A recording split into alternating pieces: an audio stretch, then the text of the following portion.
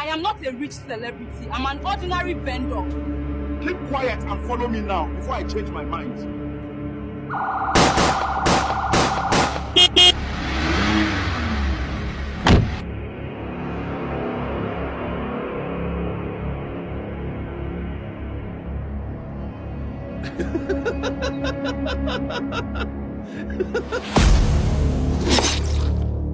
Nancy was an online vendor, but in the eyes of many, she looked like a rich and successful woman. On Facebook, on Instagram, she posted pictures with exotic cars she didn't own. She stood in front of mansions that were never hers. She wore borrowed clothes and fake jewelry, yet she posed like a queen. People admired her, some envied her, others cried in secret, thinking God had forgotten them. But Nancy never cared. All she wanted was likes, comments, and attention as she snapped pictures from different phone cameras. One evening, she updated her page. Off to Port Harcourt tomorrow for new goods. Big delivery loading. But in truth, Nancy was only sitting in a small restaurant, sipping a bottle of malt. What she never knew was that sharp eyes were watching her every post and had been trailing her for months. Before she could finish her drink, two men stormed in, guns in their hands, eyes cold as death. Go and enter that car. Now one of them barked. Nancy froze. She pleaded, but she was dragged out. They blindfolded her and pushed her into the back seat. The car sped off into the darkness. Hours later, Nancy found herself standing in the middle of a thick forest. Her heart pounded. The men forced her to trek for what felt like eternity, until a tall, strange building appeared before her. It was beautiful, almost like a mansion, but Nancy's chest grew tight. What was a place like this doing in the heart of the forest? The tall building in the middle of the forest looked too fine to be true, but before Nancy could even wonder more, she realized she was surrounded. Dozens of men, all in black t-shirts, carrying rifles and machetes. Their eyes were hard, their faces cold. "Move," one of them ordered. The moment the door to the mansion opened, her eyes caught a sight she would never forget. On the cemented floor lay lifeless bodies, stiff and cold. The stench of death hit her nose like a slap.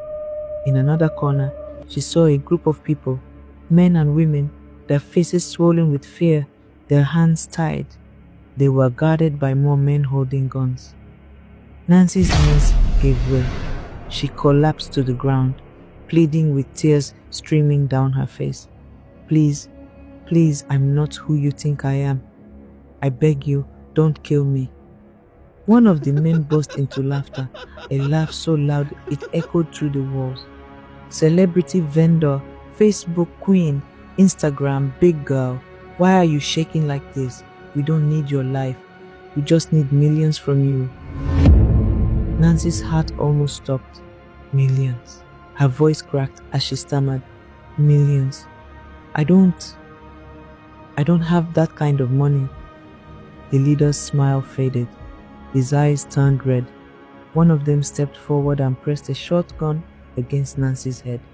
"Are you not Nancy, the celebrity vendor? Are you not the one showing big cars, big houses, designer bags?" Nancy shook her head violently, panic rising. "It's all fake. Please, I swear, I don't have..." Before she could finish, the men descended on her like wild animals.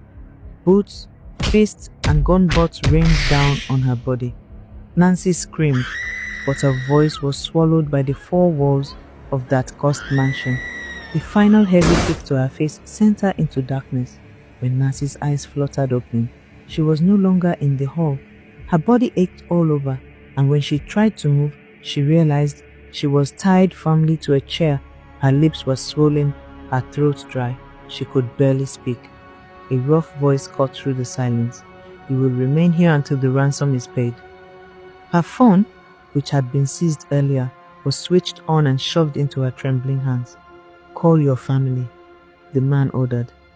Nancy's heart sank. With shaky fingers, she dialed her parents' number. When the weak voice of her father answered, tears gushed from her eyes. "Papa, Mama," she whispered, choking on sobs. On the other end, her poor aged parents, who could barely afford their next meal, listened in shock as their daughter begged for help. Before she could explain further, one of the men in black snatched the phone. His tone was cold and merciless as he spoke. Listen carefully. If you love your daughter, you will pay millions. You have 48 hours. If we don't see the money, bang! He fired a shot into the air, the deafening sound piercing through the call. Then you will never see her again.